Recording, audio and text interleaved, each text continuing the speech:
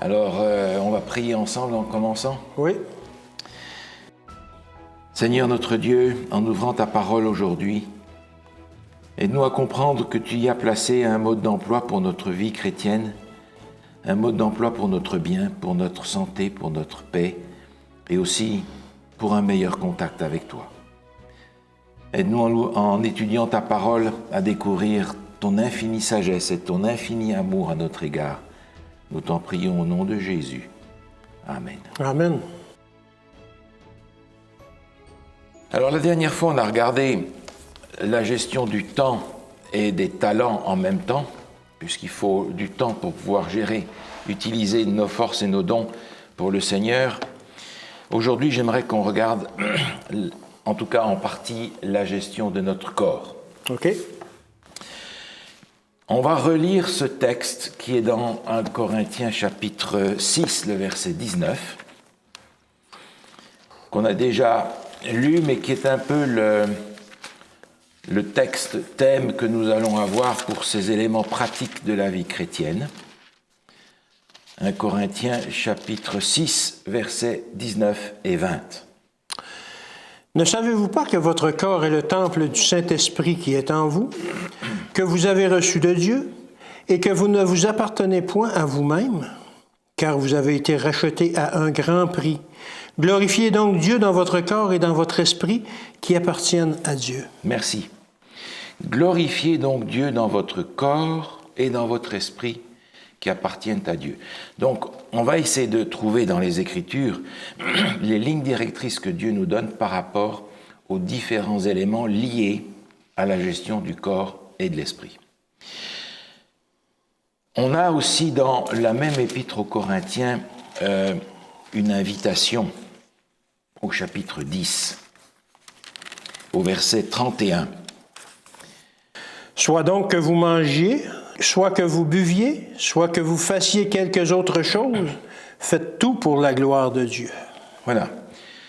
Dans notre monde aujourd'hui, on fait, qu'on l'admette ou non, beaucoup de choses pour notre gloire à nous. Absolument. N'est-ce pas? Oui. Et le monde non-croyant fonctionne principalement là-dessus. Principalement là-dessus. De cette Et façon-là. la vie chrétienne, ça va être les choses tout à fait à l'envers. Faites tout pour la gloire de Dieu. Autrement dit, disparaissez du paysage et, comme pour Jean-Baptiste, que ce soit Jésus qui soit exalté. Oui.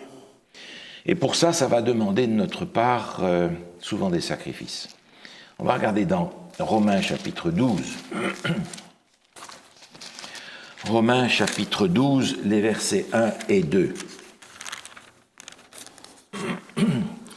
Je vous exhorte donc, frères, par les compassions de Dieu, à offrir votre corps comme un sacrifice vivant, saint, agréable à Dieu, ce qui sera de votre part un culte raisonnable.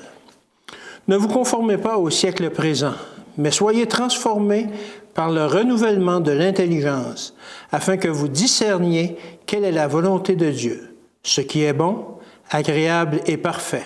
Merci. Quand on pense à un culte, on pense à ce qu'on fait à l'Église. Mais ici, il y a une autre dimension qui est donnée. Un sacrifice vivant. Alors évidemment, dans l'Ancien temps, les sacrifices, c'était pour faire mourir des animaux, dans le cadre de l'Ancien Testament. Mais c'était évidemment annonciateur de ce que Jésus allait faire. Mais ici, il est question de faire un sacrifice vivant, de façon à ce que vivant, on puisse Être témoin, être servir, oui, servir, justement. Mais ça demande en particulier de ne pas nous conformer au siècle présent. Siècle auquel je faisais référence il y a un instant en disant sa préoccupation, c'est notre gloire à nous, nos diplômes, notre carrière, notre réputation, nos accomplissements, etc. Non, soyez transformés par le renouvellement de votre intelligence, ne vous conformez pas au siècle présent. Autrement dit, le chrétien, dont l'intelligence va être transformée par l'action du Saint-Esprit, va être amené à vivre dans ce monde à contre-courant, à ne pas se conformer au siècle présent. La culture d'aujourd'hui contient un certain nombre de choses qui ne conviennent pas à un disciple. Les valeurs d'aujourd'hui ne sont pas toutes des valeurs qui contribuent à la gloire de Dieu. Il va donc falloir qu'à l'intérieur de tout ça, je trouve mon chemin. Inspiré par le Saint-Esprit, renouvelé dans mon intelligence par le Saint-Esprit, et offrant à Dieu un culte, c'est-à-dire un sacrifice, non pas pour mourir, mais pour vivre, dans lequel je peux servir et être collaborateur avec Dieu. Okay. Donc c'est un programme qui n'est pas toujours populaire, qui n'est pas toujours reconnu autour de nous ou apprécié. Et c'est vrai que les disciples du Christ ne sont pas toujours des gens que l'on prend au sérieux. Mais quand on voit les effets et les produits d'une vie transformée, il y en a qui rigolent un peu moins. La façon dont un chrétien va vivre va amener des bénéfices que les autres n'auront pas nécessairement. Ah oui. Encore que nous venons tous avec un bagage qu'il nous faut assumer, mais le Seigneur nous donne un mode d'emploi. Alors on va essayer de le suivre. J'aimerais encore prendre un texte dans l'Épître aux Galates. Galates chapitre 5. Galates chapitre 5. Les fameux fruits de l'esprit, si tu veux bien nous lire le verset 22. 5, 22. Mais le fruit de l'esprit, c'est l'amour, la joie, la paix, la patience, la bonté, la bénignité, la fidélité, la douceur, la tempérance. La loi n'est pas contre ces choses. Merci. Alors, dans cette version que tu as, qui est l'ancienne seconde, le dernier fruit de l'esprit est présenté comme étant la tempérance. Oui. Alors, explique-moi en 2 mots pour toi ce que c'est la tempérance. La tempérance, on pourrait expliquer ça simplement dans ne pas abuser de certaines choses, même des choses qui sont bonnes pour nous. Si on en abuse, ça peut devenir mauvais.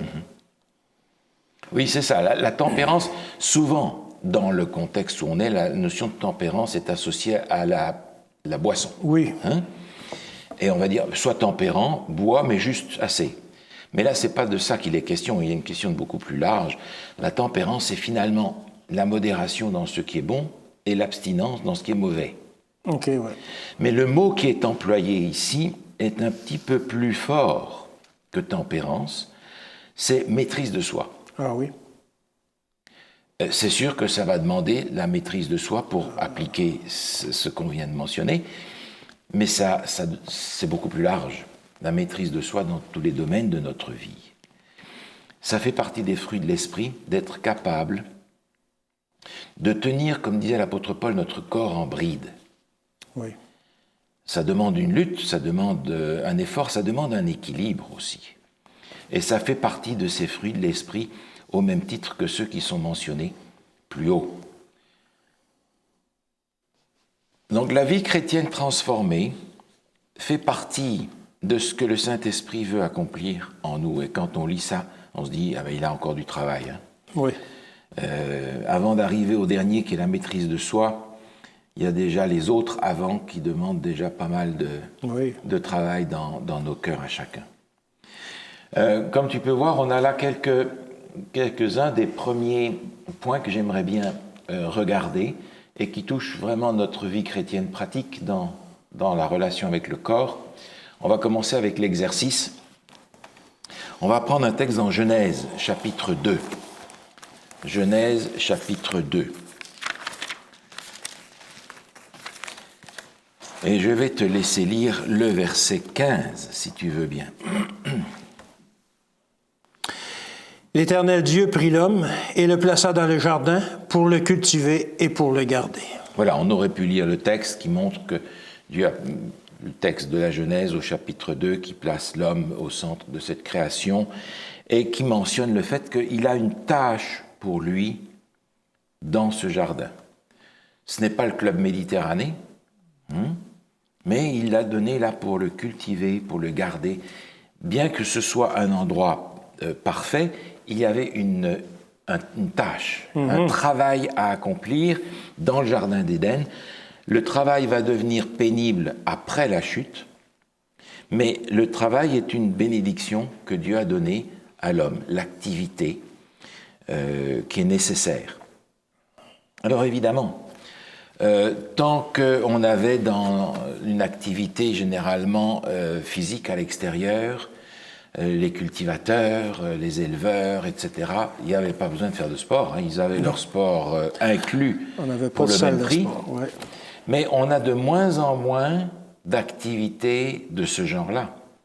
On est de plus en plus enfermés dans des bureaux, on est de plus en plus devant des machines, des ordinateurs et que sais-je. Et la proportion de la population qui a une activité physique à l'extérieur est de plus en plus petite. Oui. Ce qui veut dire que tous les autres doivent inventer des activités. Oui.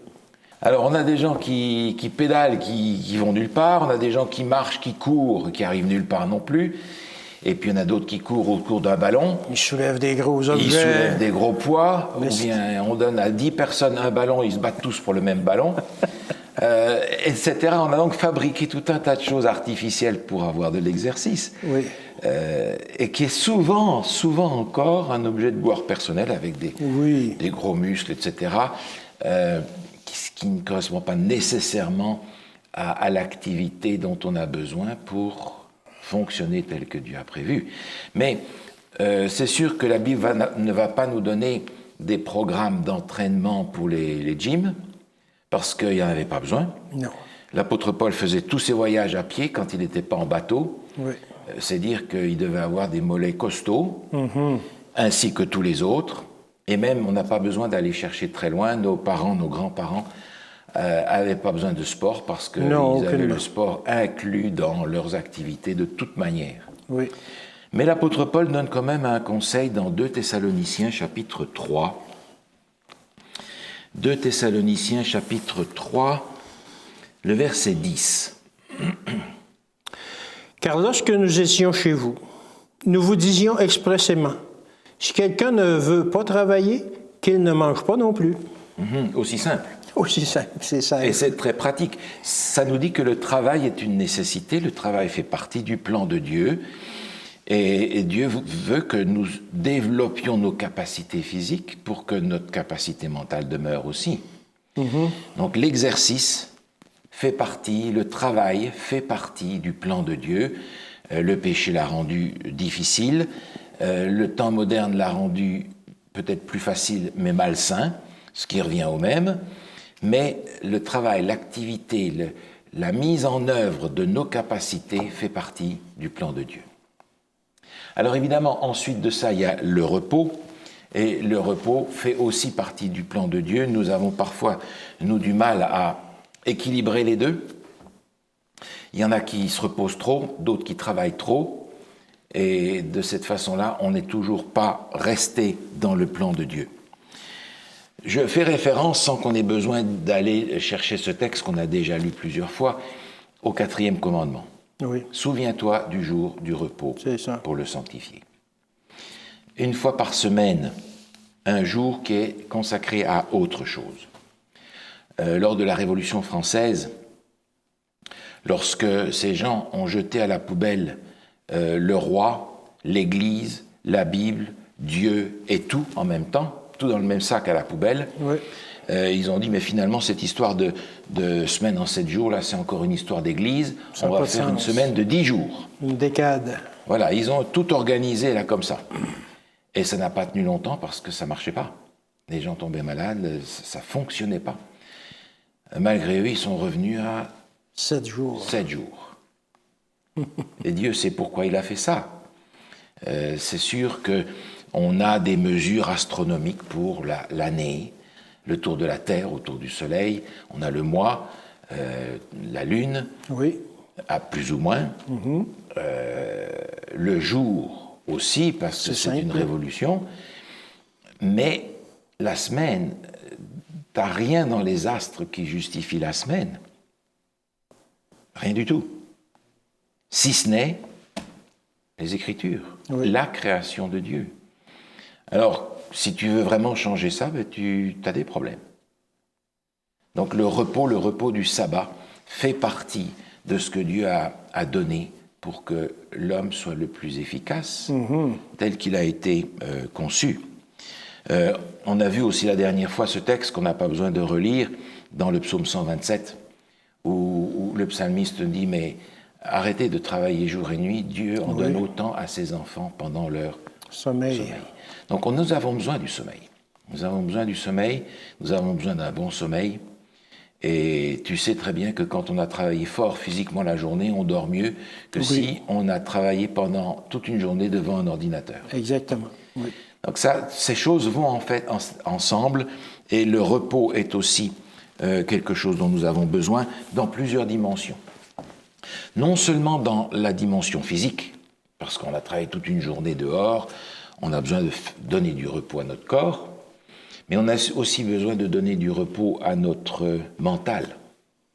Le repos intellectuel, le repos émotionnel, le repos spirituel, ce sont des différentes dimensions du repos que Dieu a pourvues.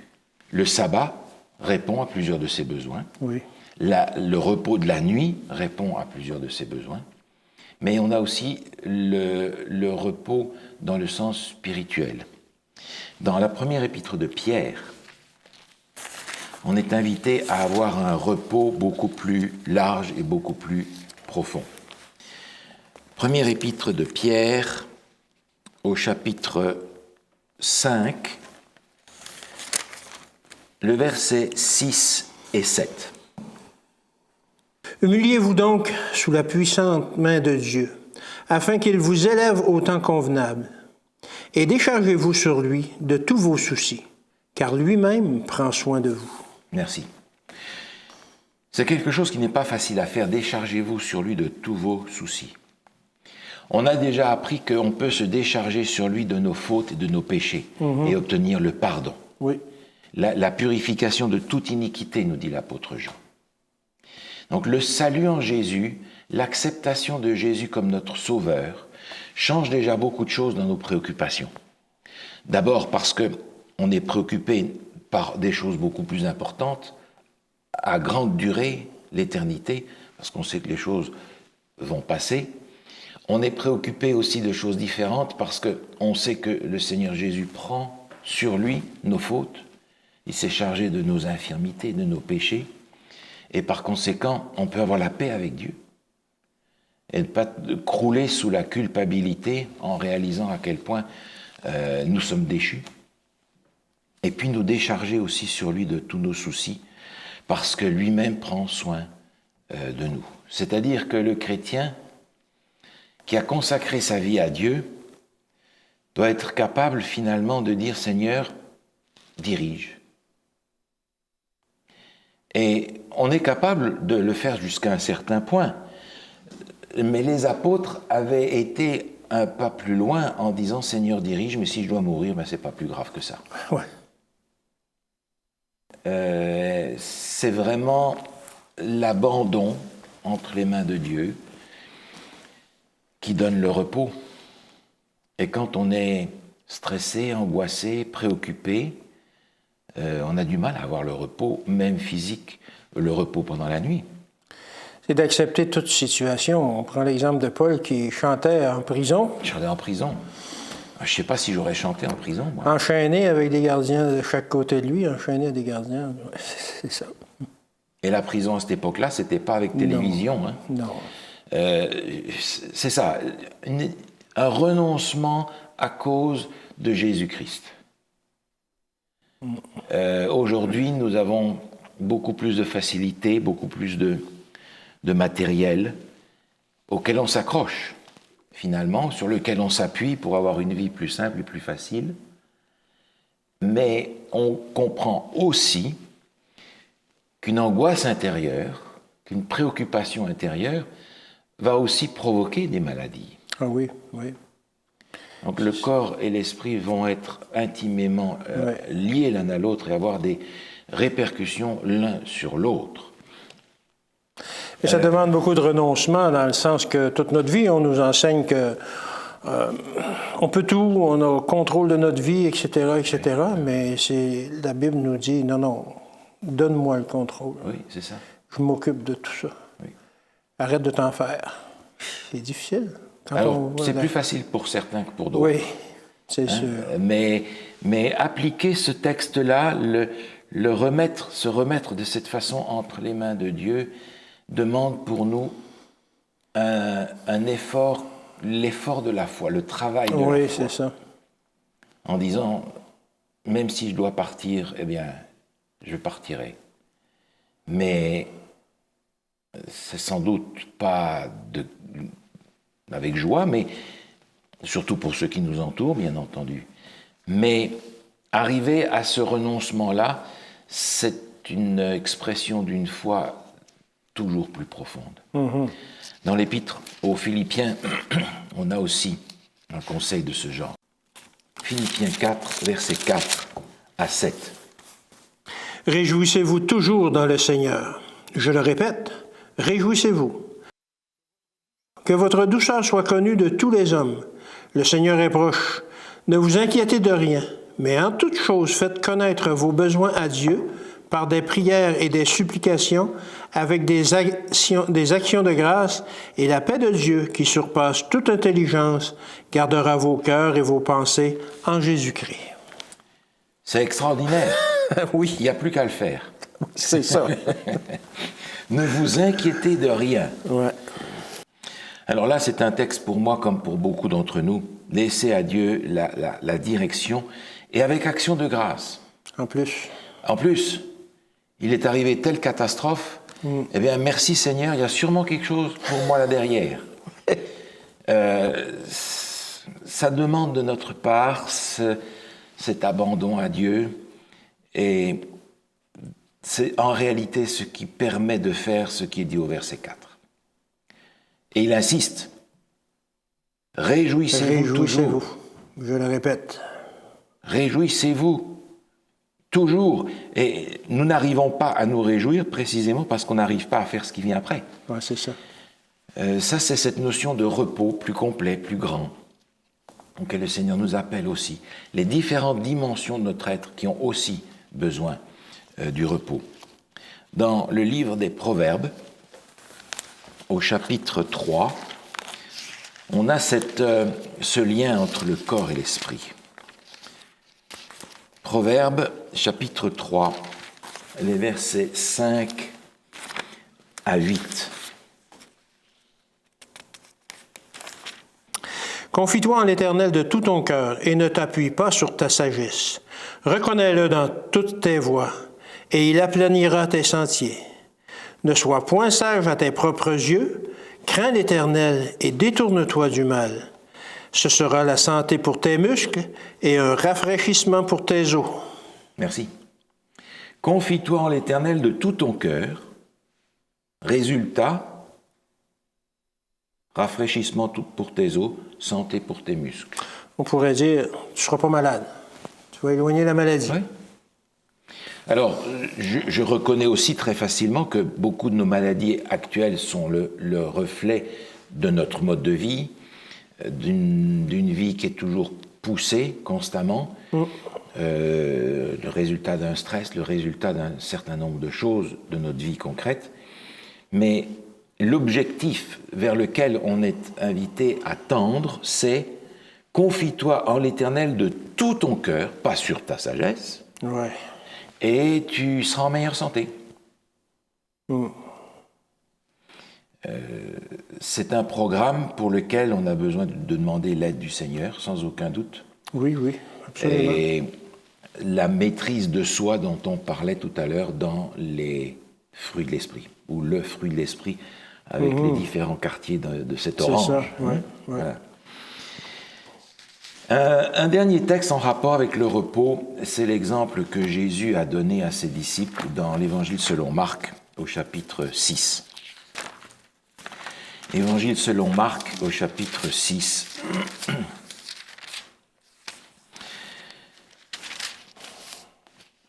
On va lire le verset 30 et 31. Les apôtres, s'étant rassemblés auprès de Jésus, lui racontèrent tout ce qu'ils avaient fait et tout ce qu'ils avaient enseigné. Jésus leur dit, « venez à l'écart dans un lieu désert et reposez-vous un peu, car il y avait beaucoup d'allants et de venants et ils n'avaient pas même le temps de manger. » Voilà. Jésus avait envoyé ses disciples travailler, prêcher de village en village. Ils ont vécu toutes sortes d'expériences, être l'intermédiaire de miracles par lesquels Dieu a guéri des gens, chassé des démons. Et ils viennent tout heureux raconter à Jésus ce qu'ils ont vécu. Et Jésus leur dit, ah ben écoutez, c'est bien, maintenant on va prendre un petit peu de vacances. Ouais, venez vous reposer, parce que ils avaient poussé tellement fort pendant un certain temps que, nous dit le texte, ils n'avaient pas même le temps de manger. Il y avait là une priorité, mais Jésus était capable de dire, voilà, on va travailler fort pendant ce moment-là, mais après ça, il faudra qu'on reprenne l'équilibre en prenant le repos et le temps de manger correctement. Jésus était cet exemple d'équilibre. Oui, il prenait du temps pour lui, pour sa relation avec son Père, pour son repos. Oui, Il s'éloignait des foules parfois. Oui, il prenait cet équilibre dans toute la globalité de sa personne, et il en donne l'exemple ici, invitant les disciples à faire la même chose. Oui. Parce que Jésus est entré dans certains villages, et quand il est parti, il n'y avait plus un seul malade. Oui. Mais le village d'à côté, alors. Et parfois, Jésus leur disait, écoutez, on s'en va. Il a laissé la tâche qui était au-delà de ce qu'il était en mesure d'accomplir. Il y a donc la nécessité de s'engager dans le travail, dans une activité qui va développer notre potentiel physique, intellectuel, émotionnel. Et il y a aussi la nécessité d'avoir l'équilibre et d'avoir le repos dans les différentes dimensions dont nous avons besoin de prendre notre repos. Physique, mental, spirituel. Prendre aussi le repos dans nos activités, etc. Donc ce sont des éléments dont la Bible nous parle et qui demandent encore une fois de chercher un équilibre. Et l'équilibre, il est dans l'exemple de Jésus et dans l'implication que nous avons dans le rôle de disciple de Jésus. Et puis, il y a aussi la nourriture. J'en suis au point numéro 3. J'aimerais qu'on prenne un texte dans la Genèse, au chapitre 1er. Genèse, chapitre 1er. Et nous allons lire le verset 29. Genèse, chapitre 1er, le verset 29. Et Dieu dit, « Voici, je vous donne toute herbe portant de la semence et qui est à la surface de toute la terre, et tout arbre ayant en lui du fruit d'arbre et portant de la semence, ce sera votre nourriture. » Merci. Voilà le régime alimentaire du Jardin d'Éden. Des céréales et des fruits. Des céréales, des fruits, des légumes, ce que Dieu avait prévu pour la nourriture, avec sans doute aussi les noix qui portent le fruit. C'est ça, oui. Tout ça, c'était ce que Dieu avait fabriqué comme étant la nourriture de ces gens qui devaient vivre éternellement. Oui, ben oui. Dieu n'avait pas créé Adam et Ève ni le Jardin d'Éden pour que ça s'arrête même 1000 ans après. Non. Voilà le régime que Dieu leur avait donné. Évidemment, il y avait un supplément alimentaire. Ils avaient tout ce qu'il fallait. Ouais. Et je pense que les fruits qui étaient dans le Jardin d'Éden avaient autre chose sous la peau que ce que nous avons aujourd'hui dans nos magasins. C'est démontré, ça. Et oui, c'est ça. Quand même, qui a 50 ans, on n'a plus la même valeur alimentaire. Alors évidemment, avec le péché, avec le mode de vie que nous avons, un certain nombre de choses ont dégénéré. Et la Bible parle en particulier du moment où la viande est rentrée dans l'alimentation de l'être humain. Et c'est rentré assez rapidement en rapport avec le déluge. On va prendre le texte qui se trouve dans Genèse, un peu plus loin, au chapitre 9. Et on va prendre les différents textes qui sont reliés avec le déluge pour comprendre ce qui se passe. Oui. Genèse, chapitre 9, le verset 2. Vous serez un sujet de crainte et d'effroi pour tout animal de la terre, pour tout oiseau du ciel et pour tout ce qui se meut sur la terre et pour tous les poissons de la mer. Ils sont livrés entre vos mains. Le verset 3 aussi. Tout ce qui se meut et qui a vie vous servira de nourriture. Je vous donne tout cela comme l'herbe verte. Et le 4.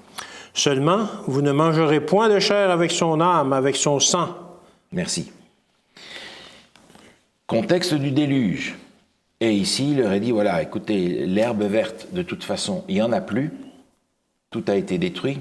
C'est ça, on est après le déluge. On est après le déluge. Oui.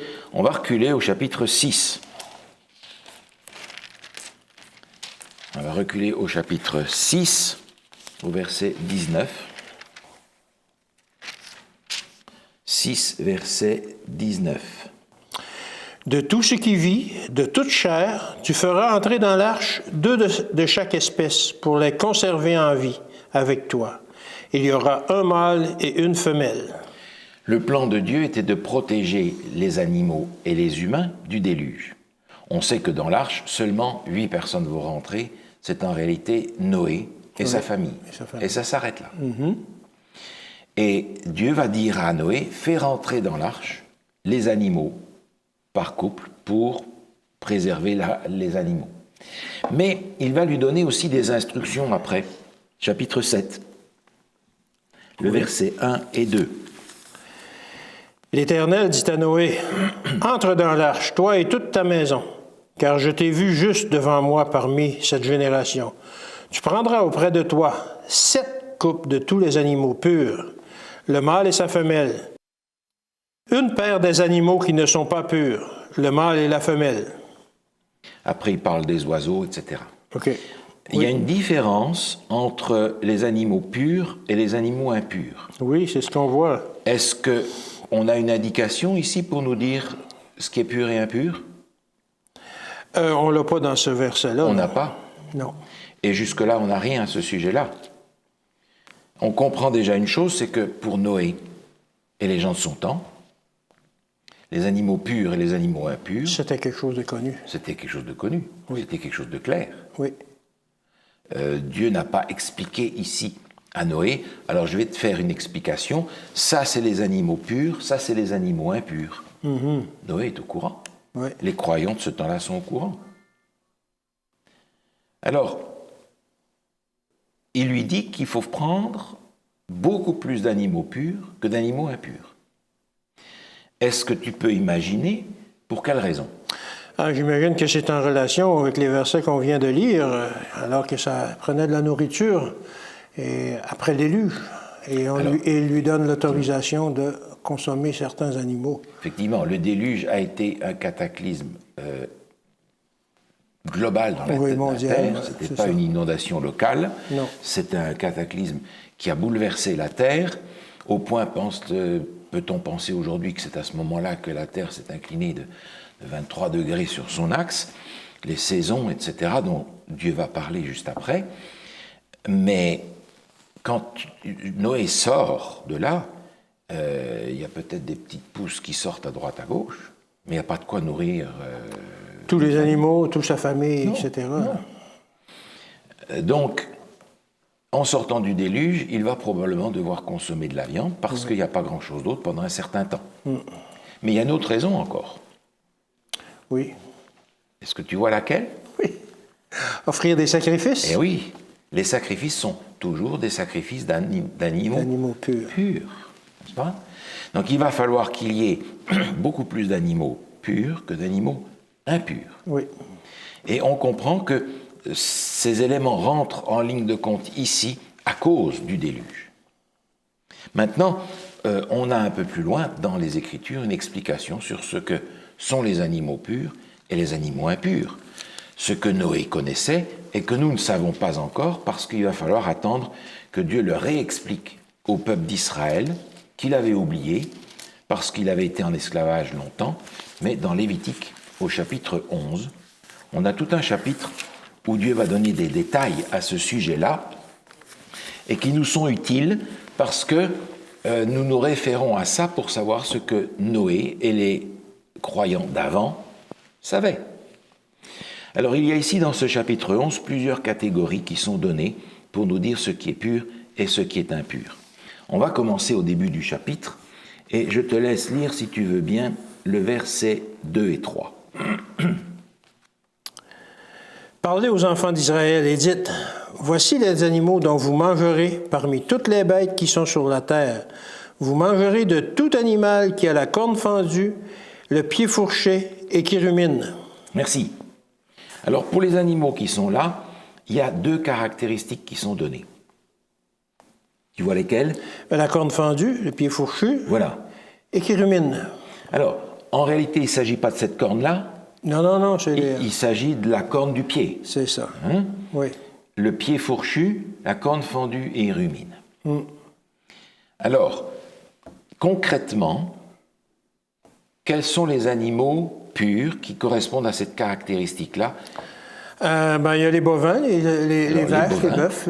Les Il bovins. y a les ovins aussi, Les ovins. les moutons, les chèvres, La famille des moutons, les cervidés, les cervidés l'orignal, le chevreuil que l'on a ici. et les chèvres, justement. Hein? Les caprins. Les caprins, OK. Voilà. Les cervidés et les caprins. Voilà, il y en a 4. Oui. Plus une indication que l'on a et qui ne nous concerne pas vraiment beaucoup, mais qui est la girafe. La girafe est un animal pur qui peut être mangé, mais on n'en a pas beaucoup dans nos régions. Hein. Ah oui. Mais alors, il y a des exemples qui sont donnés. Il va donner l'exemple du chameau au milieu du verset 4. Il dit ainsi, vous ne mangerez pas le chameau, il rumine, Mais il n'y a pas la corne fendue. mais il n'y a pas un pied avec un sabot. Non, il y a des orteils. Un sabot fendu. Il va donner l'exemple au verset 7, si tu veux bien lire le verset 7. Vous ne mangerez pas le porc qui a la corne fendue et le pied fourché, mais qui ne rumine pas. Vous le regarderez comme impur.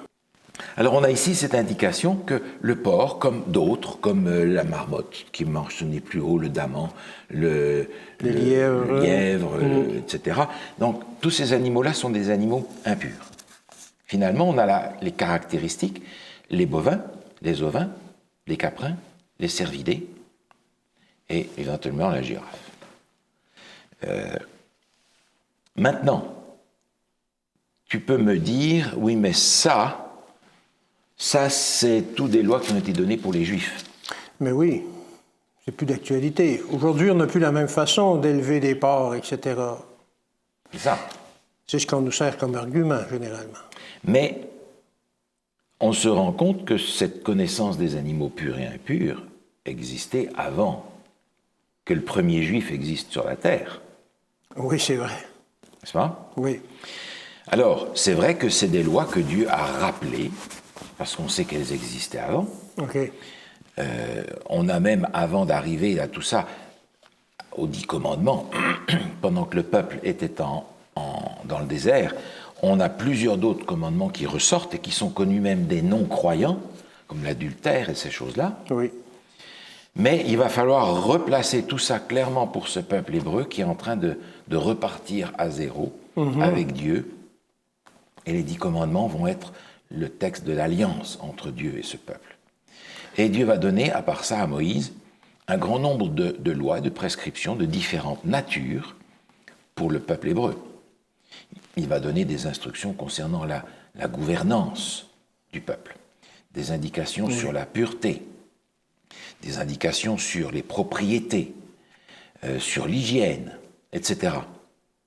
Mais si Dieu qui a créé les animaux et qui a créé les êtres humains a déclaré que certains sont purs et mangeables et que d'autres ne le sont pas, le juif, il a l'estomac, la rate, le cœur au même endroit que moi. Oui. Même si ce sont des choses qui ont été rappelées parce que ces gens l'avaient oublié, les êtres humains, même quelle que soit leur couleur, leur origine, ils ont tous le cœur, la rate, les reins, les intestins et tout au même endroit. Digèrent de la même façon. Et fonctionnent de la même manière. Oui. Par conséquent, même s'il y a dans les lois qui ne sont pas inclus dans les 10 commandements des prescriptions utiles à garder notre santé, je pense qu'il est approprié d'en tenir compte. On verra un petit peu plus tard que Dieu va donner des indications supplémentaires pour nous faire comprendre à quel point ces prescriptions sont utiles et nécessaires. Mais pour le moment, on en reste avec ce qu'on lit ici. OK. Donc, ces catégories des animaux sont pures, les 4 donc, qu'on a mentionnés. Ensuite, on va arriver à la deuxième catégorie, au verset 9, si tu veux bien lire le verset 9. Voici les animaux dont vous mangerez parmi tous ceux qui sont dans les eaux. Vous mangerez tous ceux qui ont des nageoires et des écailles et qui sont dans les eaux, soit dans les mers, soit dans les rivières. Merci. Alors là encore, on a des caractéristiques par rapport aux animaux qui sont dans l'eau, par lesquels on va reconnaître ce qui est pur et ce qui est impur. Quelles caractéristiques nous sont données ici? Avoir des nageoires. Des nageoires. Et des écailles. Et des écailles. J'imagine qu'on parle des écailles comme on voit sur des poissons, des petites écailles. Oui, c'est ça. On pourrait penser que les homards ont des écailles, les huîtres ont des écailles, mais c'est pas de ces écailles-là. Non, non. C'est pas de... Non, ça, c'est des coquilles, Des etc. coquilles, oui, c'est ça. Mais là, il est question des nageoires et des écailles. Finalement, on va restreindre à ce qui est pur dans les eaux, à ce qu'on va appeler strictement des poissons. Oui. Parce que dans l'eau, il y a toutes sortes d'animaux qui ressemblent à des poissons. Oui. Les baleines, les dauphins, les requins, mais ce sont des mammifères en réalité. Mm-hmm. Ils ont des nageoires, mais ils n'ont pas d'écailles. Ils n'ont pas d'écailles. C'est une peau, Ouais. n'est-ce pas? Et on remarque que dans ce texte sont exclus tout ce qu'on va appeler des fruits de mer. Oui, les fruits de mer, exactement. Tous les autres animaux qui sont dans la mer, dans l'eau, sont exclus de ça.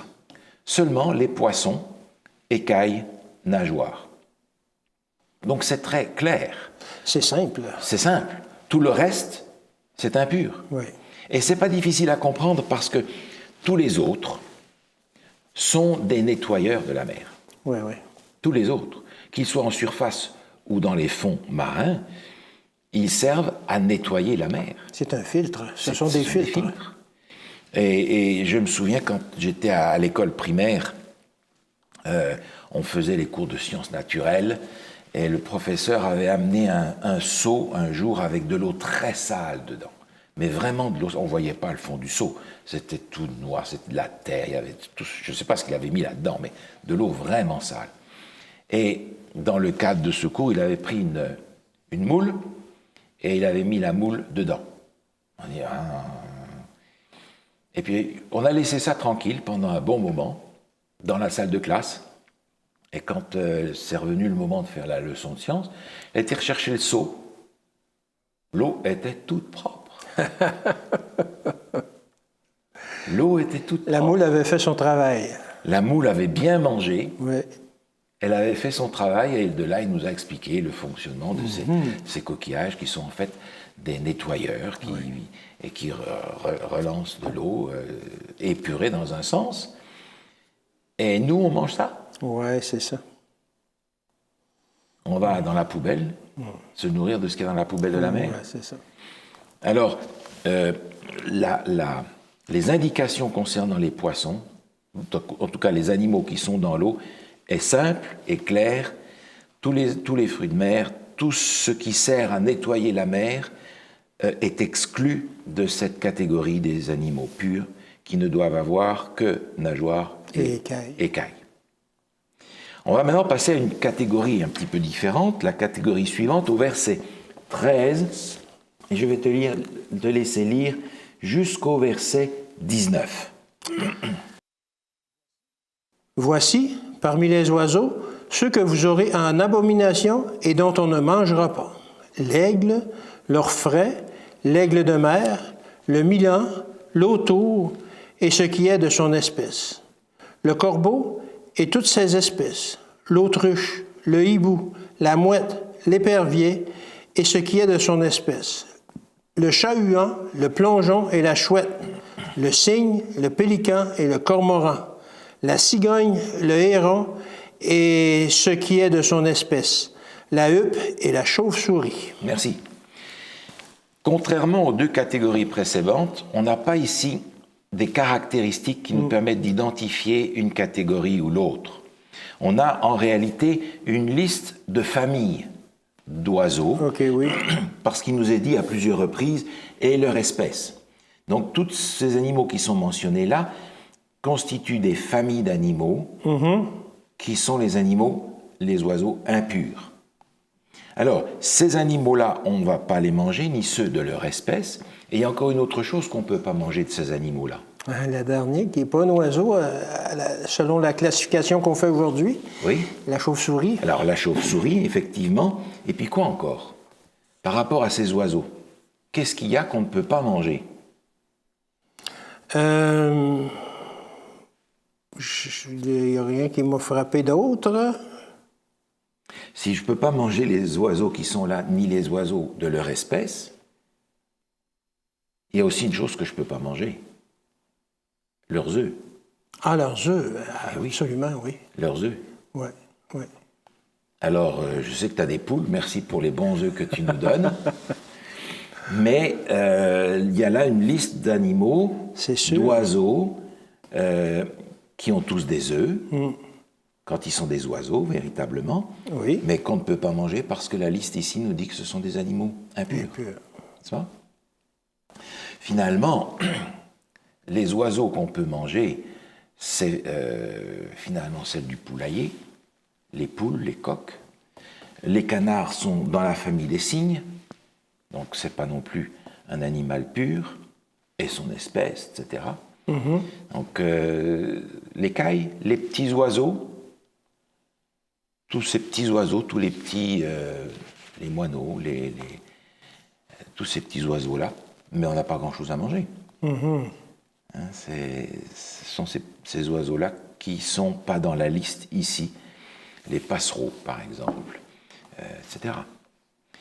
Donc parmi les oiseaux, il n'y a pas grand-chose. Il y a les poules, les dindes, et ça se limite facilement à ça. C'est pas? Oui. Et on voit que Dieu va donner des cailles à manger au peuple. Oui, c'est vrai. Donc c'est ces petits oiseaux-là qui sont mangeables. Maintenant, on va passer à une autre catégorie. Au verset 20, il est question ici d'un certain nombre d'insectes. 20 et 21. Vous aurez en abomination tout reptile qui vole et qui marche sur 4 pieds. Mais parmi tous les reptiles qui volent et qui marchent sur 4 pieds, vous mangerez ceux qui ont des jambes au-dessus de leurs pieds pour sauter sur la terre. Alors, comment on appelle, nous, ceux qui ont 4 pieds et des jambes au-dessus pour sauter? Bien, on arrive dans le domaine des insectes. Oui. Des sauterelles. Oui. Alors, le texte nous dit des reptiles, en faisant référence non pas à ce que nous appelons des reptiles, mais des animaux qui courent sur la terre. Des petites bêtes qui courent sur la terre. On remarque ici que les insectes qui ont 6 pattes ne sont pas inclus. Aucun de ces insectes qui ont 6 pattes ne sont inclus. Il y a seulement et uniquement ceux qu'on va appeler des sauterelles. Et je ne sais pas combien de sauterelles tu as envie de manger pour faire un repas. Je pense qu'à cette époque, les sauterelles étaient plus charnues qu'aujourd'hui. Mais c'est dans toutes ces petites bêtes qui courent par terre, les seules qui sont mangeables. Les cuisses, non pas de grenouilles, mais de sauterelles. Les grenouilles ne sont pas inclus non plus là-dedans. On a ensuite une autre catégorie, et je vais te laisser lire cette catégorie-là, toujours dans Lévitique chapitre 11, le verset 29 et 30. Voici parmi les animaux qui rampent sur la terre ceux que vous regarderez comme impurs, la taupe, la souris et le lézard selon leur espèce, le hérisson, la grenouille, la tortue, le limaçon et le caméléon. Merci. Voilà une autre catégorie d'animaux pour lesquels on n'a pas des précisions par rapport à des caractéristiques, mais finalement on a ici ces familles d'animaux qui ne sont tout simplement pas des animaux purs. Et tous sont inclus évidemment là-dessus, toutes les catégories de grenouilles qui peuvent exister, toutes les catégories de souris, de lézards et leur espèce selon le texte qui nous est donné ici. Donc ces animaux sont considérés comme impurs et par conséquent, Dieu ne les a pas prévus pour la consommation, ni avant ni après le déluge. La dernière caractéristique, elle est au verset 41 de ce même chapitre, Lévitique chapitre 11, verset 41. Vous aurez en abomination tout reptile qui rampe sur la terre. On n'en mangera point. Ça, c'est très simple. Tout ce qui est reptile de toute espèce, c'est impur. Tout ce que l'on connaît comme reptile aujourd'hui, selon la classification moderne. Et Dieu va associer ça à quelque chose de large. Regarde le verset 44. « Car je suis l'Éternel, votre Dieu. Vous vous sanctifierez et vous serez saints, car je suis saint. Et vous ne vous rendrez point impurs par tous ces reptiles qui rampent sur la terre. » Merci. Autrement dit, Dieu considère que manger ces animaux impurs nous rend impurs. Et pas seulement d'une manière cérémonielle ou spirituelle, nous rend impurs d'une manière physique. Ah oui. Parce que Dieu dit, vous allez être saints, moi je suis saint, si vous m'appartenez, on doit développer justement, nous, êtres humains, cette sainteté, cette purification. Dieu veut que nous soyons des êtres purs dans notre corps aussi. Mm-hmm. Et il y a ici les caractéristiques de ces viandes qui sont des viandes impures. Finalement, quand on y réfléchit, les viandes pures sont en vraiment petit nombre. Oui. Vraiment petit nombre. Ça se limite généralement à ce qu'on peut élever, ce qu'on élève aujourd'hui dans les caractéristiques qui sont données ici et qui permettent, qui sont permis de manger. En se souvenant d'ailleurs que Dieu a permis l'utilisation de ces viandes au moment du déluge. Oui. Ce qui veut dire que, en réalité, le temps dans lequel nous vivons aujourd'hui nous offre une quantité énorme de choses que Noé n'avait pas en sortant de son arche. Nous avons les cultures, nous avons toutes sortes même de substituts de toutes sortes oui. dans le monde végétal qui nous permet aujourd'hui de manger sans avoir besoin d'un régime carné. Mm-hmm. Et je crois que même si le Seigneur a fait une distinction entre les animaux purs et impurs, son plan d'origine est sans aucun doute le meilleur pour nous. C'était comme un pis-aller, là, après le déluge. Vous n'avez plus de végétaux, donc, OK, vous pouvez manger ça maintenant. Exactement, exactement. Aujourd'hui, toute la profusion de produits que nous avons à notre disposition et qui ne poussent même pas dans la région où on vit, parce oui, qu'on va recevoir des bananes, on va recevoir des produits que nous considérons comme évidents, mais bon, il n'y a pas une banane qui pousse au Québec, à mon avis. Il n'y a même pas beaucoup d'oranges qui poussent au Québec. Non. Etc. Oui. Et nous trouvons dans les magasins aujourd'hui une foule de choses qui ne sont pas produites localement, et ainsi de suite. Vous pouvez aller partout dans le monde, on va trouver des choses qui ne sont pas cultivées là et pas produites à cette saison-là. C'est ça. Autrefois, eh bien, sans reculer très loin dans le temps, on mangeait ce qu'il y avait dans la saison où ça se produisait. Oui. Mais aujourd'hui, on peut avoir des fraises toute l'année. Exactement. Enfin, des choses qui ressemblent à des fraises. Oui, c'est ça. Mais voilà, c'est vendu au prix de. Oui. Donc nous avons aujourd'hui, malgré tout, des ressources énormes qu'on n'a jamais eues dans le passé et qui nous permettent de vivre avec un régime végétarien et même végétalien sans grande difficulté. Mm-hmm. Cependant, ces régimes-là demandent de notre part, encore une fois, d'avoir de l'équilibre pour trouver dans la nature ce dont notre corps a besoin dans l'état où nous sommes.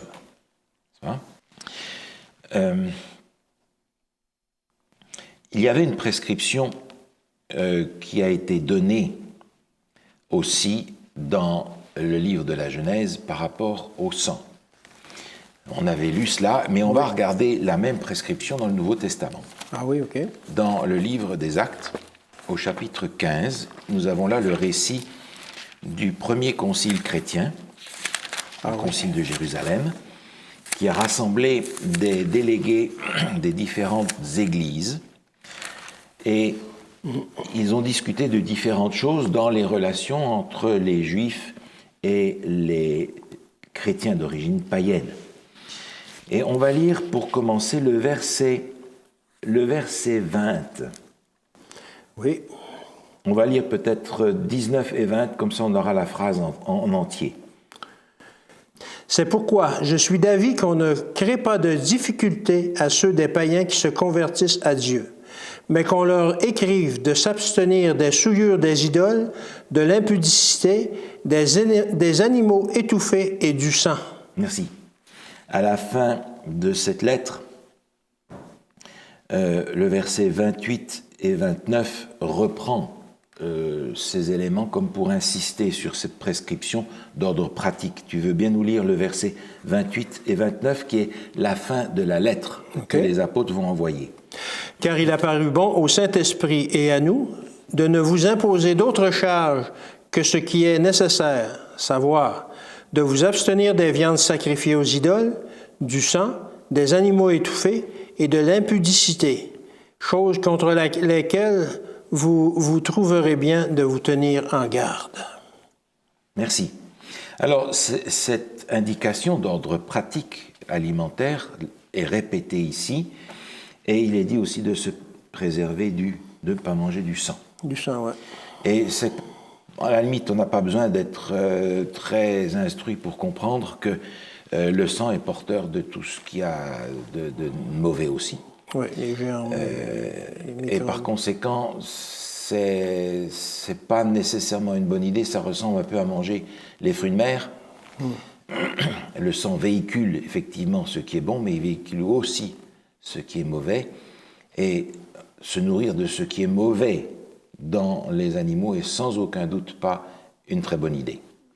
C'est ce qu'il rappelle ici. Et il y a aussi la distinction, bien entendu, entre les animaux purs et impurs demeure encore. On va regarder dans le livre des Actes au chapitre 10. Actes, chapitre 10. Et je vais te laisser lire, si tu veux bien, les versets 9 à 16. Le lendemain, comme ils étaient en route et qu'ils s'approchaient de la ville, Pierre monta sur le toit vers la 6e heure pour prier. Il eut faim et il voulut manger. Pendant qu'on lui préparait à manger, il tomba en extase. Il vit le ciel ouvert et un objet semblable à une grande nappe attachée par les 4 coins qui descendait et s'abaissait vers la terre, et où se trouvaient tous les quadrupèdes et les reptiles de la terre et les oiseaux du ciel. Et une voix lui dit, « Lève-toi, Pierre, tue et mange. » Mais Pierre dit, « Non, Seigneur, car je n'ai jamais rien mangé de souillé ni d'impur. » Et pour la seconde fois, la voix se fit encore entendre à lui, « Ce que Dieu a déclaré pur, ne le regarde pas comme souillé. » Cela arriva jusqu'à 3 fois, et aussitôt après, l'objet fut retiré dans le ciel. Merci. Ce texte est utilisé souvent dans le Nouveau Testament pour expliquer le fait que les prescriptions entre les viandes pures et impures sont tombées dans le Nouveau Testament. Alors ici, il faut qu'on regarde un petit peu ce texte dans son contexte. Tout d'abord, Pierre, ici, a une vision, et on remarque que tout ce qui apparaît dans la nappe sont des animaux impurs. Oui. N'est-ce pas? Et on lui dit, tue et mange. Quelle est la réaction de Pierre? Non, j'ai jamais mangé rien d'impur, je ne mangerai pas ça. Oui, mais on est des années après la croix ici. Oui. Ce qui veut dire qu'au moment de la croix, ces prescriptions par rapport aux distinctions entre pur et impur sont demeurées. Elles sont demeurées même très claires pour les apôtres qui ont reçu le Saint-Esprit. Oui. On ne peut pas dire « Ah ben ce sont les Juifs, ils ont gardé leurs anciennes habitudes ». Non, ce sont des Juifs qui n'avaient rien compris jusqu'à ce que le Saint-Esprit se manifeste à eux au moment de la Pentecôte, et qui à ce moment-là ont non seulement l'esprit clair, mais sont envoyés par Dieu pour annoncer l'évangile éternel. et qui ont gardé cette Et notion. Pierre est en train de dire, misère, mais j'ai jamais mangé des affaires pareilles. Oui. Ce que Dieu a déclaré pur, ne le regarde pas comme souillé. Et il nous est dit après, au verset 17, si tu veux bien lire, 17 et 18. Tandis que Pierre ne savait en lui-même que penser du sens de la vision qu'il avait eue, voici, les hommes envoyés par Corneille, s'étant informés de la maison de Simon, se présentèrent à la porte et demandèrent à haute voix si c'était là que logeait Simon, surnommé Pierre. Merci. Alors ce texte est important. Il nous dit, Pierre est en train de se dire, mais qu'est-ce que ça veut dire ce que j'ai vu? Et la réponse, elle est là tout de suite. Il était en train de se demander ce qui se passe, et voilà que les gens que Corneille avait envoyés sont venus pour chercher Pierre. Et ces gens vont lui expliquer que Corneille, qui est un Romain, a autour de lui des gens qui sont intéressés à écouter la parole de Dieu, et il faut que Pierre y aille. Ce qui était interdit d'une certaine façon Oui. par leur tradition juive, etc. Exactement. Ils ne devaient pas entrer dans la maison des étrangers. Non, non, non. Alors, l'explication ici est claire, elle n'a rien à voir avec les choses à manger. Parce que si ces prescriptions par rapport aux viandes pures et impures avaient été mises de côté, l'illustration que Dieu donne ici à Pierre n'aurait eu aucune valeur. Non. Donc Dieu est en train de dire ici, je vais utiliser une image que tu connais bien, pour que tu comprennes à quel point il va falloir que tu sois capable d'aller prêcher aux Romains. Oui. Et Pierre va y aller. Et au verset 34, Pierre a compris la leçon. Oui. Versets 34 et 35. Alors Pierre, ouvrant la bouche, dit, « En vérité, je reconnais que Dieu ne fait point exception de personne, mais qu'en toute nation, celui qui le craint et qui pratique la justice lui est agréable. » Merci. Il s'est rendu compte que ça s'adressait aux gens et non pas aux... Pierre le dit, dans ta Seigneur. version, c'est l'acception de personne, qui est une expression ancienne. Dans la mienne, il est dit, Dieu ne fait point de favoritisme. Dieu n'a pas choisi une catégorie de gens pour les sauver, et puis les autres, c'est perdu. Il veut sauver tout le monde, de toutes les nations, tous ceux qui le reçoivent. Il avait compris que la vision qu'il venait d'avoir était en rapport avec les événements qui sont arrivés juste après, où des Romains lui ont demandé « Viens nous annoncer l'évangile de Jésus-Christ ». C'est ça. Gros dilemme pour Pierre. Ben oui. D'ailleurs, quand on lit la suite du chapitre, les gens qui n'avaient pas été touchés par Dieu de la manière dont Pierre l'avait été, ont posé des questions à Pierre. Et on a dit, mais qu'est-ce que tu as fait? Oui, c'est ça. Et voyant que Dieu donnait son esprit à ces Romains convertis, Pierre leur a dit, mais si Dieu donne son esprit comme il l'a donné à nous, qui suis-je pour m'opposer à ce que Dieu me demande de faire? C'est ça. Cette histoire, en fait, ne peut être utilisée en aucune manière pour dire que dans le Nouveau Testament, il n'y a plus de distinction entre pur et impur, Oui, oui. en ce qui concerne l'alimentation. Si c'était le cas, l'illustration n'aurait aucune valeur, il aurait fallu que Dieu trouve autre chose pour enseigner cette leçon-là à Pierre et aux apôtres. Il y a donc dans la parole de Dieu des indications par rapport à l'alimentation, en particulier ici par rapport aux viandes, parce qu'il est évident que dans les différentes cultures, dans les différentes époques, on ne se nourrit pas de la même manière. Non. On se nourrit en fonction de ce que généralement on a là où on vit, mais par conséquent, les prescriptions vont varier. Et Dieu nous a donné l'objectif idéal, qu'on a vu dans Genèse, et il nous a dit pour les viandes, attention, seulement quelques-unes sont accessibles, mais aujourd'hui, le monde nous offre tellement de produits végétaux que la viande n'est pas nécessairement une option à considérer. Sans aucun doute, un bon nombre de nos contemporains vivent avec un régime carné, et ça prend un certain temps pour s'ajuster à une transformation de notre alimentation. Il n'est jamais bon et approprié de faire une transition brutale dans des habitudes. Il faut que notre corps s'habitue peu à peu. Sans aucun doute, les viandes impures peuvent être débarrassées sans difficulté, et on peut progresser pour améliorer notre alimentation de sorte que nous puissions avoir un corps sain le plus possible. Nous avons déjà suffisamment d'héritages que nous portons et qui sont à notre désavantage. Il faut qu'on puisse y travailler pour utiliser ce que la nature nous offre, que le Seigneur a mis dans la nature, pour nous permettre de retrouver la force, l'énergie, la santé dont nous avons besoin pour le service. Alors, nous avons encore d'autres points à voir, la boisson, l'apparence, etc., d'autres choses que nous regarderons la prochaine fois, pour faire le tour de tous les aspects de notre vie chrétienne pratique, de manière à ce que nous puissions réfléchir, qu'est-ce que le Seigneur attend de moi pour être à la hauteur de la mission qu'il me donne. On prie ensemble? Oui. Je te laisse prier pour finir. Bon, tendre Père Céleste, on te remercie pour ces découvertes, ces choses que tu nous as enseignées dès le début, ces choses qui sont bonnes pour notre corps, que l'on peut consommer, Seigneur. Seigneur, donne-nous assez de foi pour faire la transition si besoin est, afin que nous puissions être en bonne santé, Seigneur, et que nous puissions consacrer nos énergies pour ton service. C'est au nom, par les mérites de ton Fils qu'on te demande ces choses. Amen. Amen.